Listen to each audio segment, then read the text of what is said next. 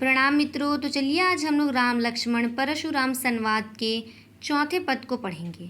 इसके पूर्व हमने इसके पहले दूसरे और तीसरे पद को पढ़ लिया है, तो आज हम लोग चौथे पद को पढ़ेंगे। तीसरे पद में हम लोगों ने पढ़ा था कि लखन की बातों को सुन करके परशुराम जी अत्यधिक क्रोधित हो जाते हैं और वे क्रोध में क्या कहते हैं इसके विषय में हम लोग चौथे पद में पढ़ने वाले थे। तो चलिए आज हम लोग चौथे पद को पढ़ते हैं और इसमें देखेंगे कि परशुराम जी क्रोध में आकर के क्या क्या बातें कहते हैं लखन से।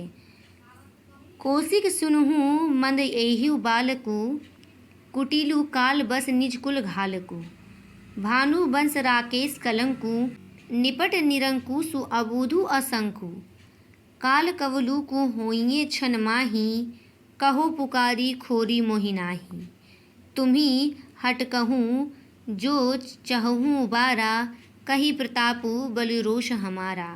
लखन कहे मुनि सूजसु तुम्हारा, तुम ही अछत को बरने पारा। अपने मुँह तुम आपनी करनी, बार अनेक भांति बहुबरनी। नहीं संतोषु त पुनि कछु कहु, जनि रिस रोकी दुरह दुख सहु।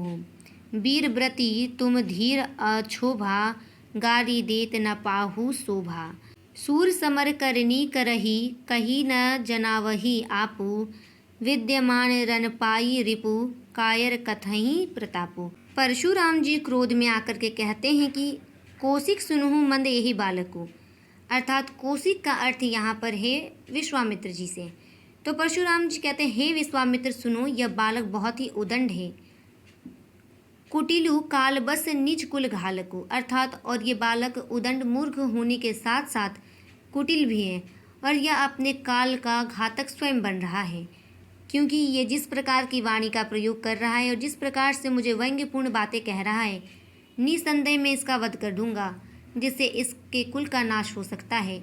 और यह अपने कुल का काल स्वयं बन रहा है, इसमें किसी अन्य का कोई दोष नहीं। आगे वे कहते हैं कि भानु वंश राकेश कलंकु।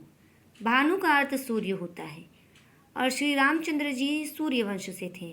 तो परशुराम जी कहते हैं कि जो लक्ष्मण हैं वो भानु वंश यानी सूर्य वंश के पूर्ण चंद्र में कलंक के समान है। जिस प्रकार लखन मुझसे व्यंग्यपूर्ण बातें कर रहा है और मेरा अपमान कर रहा है, उससे वह अपने कुल को कलंकित कर रहा है, क्योंकि उसके कुल में ऐसे महर्षियों का अपमान नहीं किया जाता। आगे वे कहते हैं कि निपट निरंकुशु अबूधु असंकु, अर्थात लक्ष्मण बिल्कुल उदंड मूर्ख और निडर है। आगे परशुराम जी कहते हैं कि काल कवलुकु होइए छन माही, कहो पुकारी खोरी मोहि नाही। अर्थात ये इतना उदंड बालक है, इतना निडर है कि यह क्षण भर में काल का ग्रास बन सकता है, अर्थात ये मारा जा सकता है और मैं इसका वध कर सकता हूँ और इसके लिए कोई भी मुझे दोष ना दे, क्योंकि मैंने पहले ही इस विषय में बता दिया है कि मैं कितना प्रचंड क्रोधी हूँ। फिर भी यह बालक अपनी अनुचित बातें कहे जा रहा है। आगे वे कहते कि तुम ही हट कहू जो चहुई उबारा, कही प्रताप बलु रोष हमारा। अर्थात हे विश्वामित्र, तुम ही इसको इसके दोष से मुक्त करा सकते हो और इसकी नैया को पार लगा सकते हो, इसे भवसागर से उबार सकते हो। अर्थात इसे तुम समझा दो मेरे प्रताप के विषय में, मेरे बल के विषय में और मेरे क्रोध के विषय में, ताकि यह मेरे प्रताप, मेरे बल और मेरे क्रोध को सुन करके अपनी वाणी में संयम ला सके और मैं इसका वध ना करूं। और यदि तुम इसे रोक लेते हो तो मैं इसका वध नहीं करूंगा। कवि लिखते हैं कि लखन कहे मुनि सूजस तुम्हारा, तुम ही अछत को बरने पारा। अर्थात फिर से लक्ष्मण जी व्यंग्यपूर्ण बातें करने लगते हैं। वे परशुराम जी को कहते हैं कि हे मुनि, आपके होते हुए आपके सुयश का वर्णन कोई अन्य कैसे कर सकता है। आगे लखन कहते हैं कि आपने मुहि तुहि आपनी करनी, बार अनेक भांति बहुबरनी। अर्थात हे मुनि, आपने अपनी करनी के विषय में अपने आप ही नाना प्रकार से भांति भांति प्रकारों से बताया है कि आपने अपने जीवन काल में क्या क्या किया है। तो किसी अन्य को आपकी प्रशंसा करने की क्या आवश्यकता है, आप तो अपने कार्यों का बखान स्वयं अपने मुख से कर रहे हो। नहीं संतोषु ता पुनि कछु कहूँ, जनि रिस रोकी दुरह दुख सहु। आगे लखन कहते हैं कि यदि आपको इतने से भी संतोष नहीं हो रहा है तो आप पुनः कुछ कह डालिए, अपनी किसी वीर गाथा को कह दीजिए। जननी रिस रोकी दुरह दुख सहु, और आप अपनी बातों को, अपने रिश्क को, अपने क्रोध को रोककर इस प्रकार से दुख को मत झेलिए। जो आपके हृदय में है वो सारी बातें आज आप कह दीजिए। आगे वे कहते हैं कि वीर व्रते तुम धीर अछोभा, गारी देत न पाहु शोभा।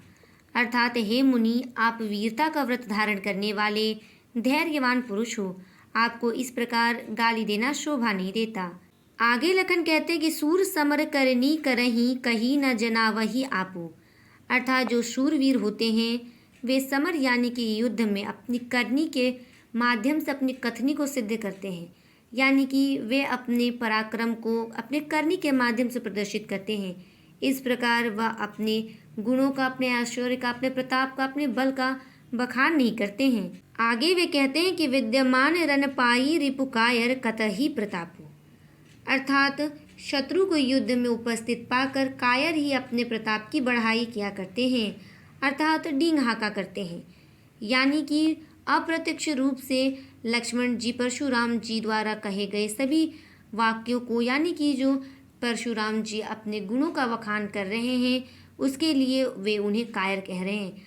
अर्थात लखन व्यंग्यपूर्ण बातों से परशुराम जी को अत्यधिक क्रोधित कर रहे हैं और नाना भांति से उनका अपमान भी कर रहे हैं। यहीं पर राम लक्ष्मण परशुराम संवाद पाठ का चौथा पद समाप्त होता है। इसके आगे के पदों को हम अगले वीडियो में पढ़ेंगे। तब तक के लिए धन्यवाद।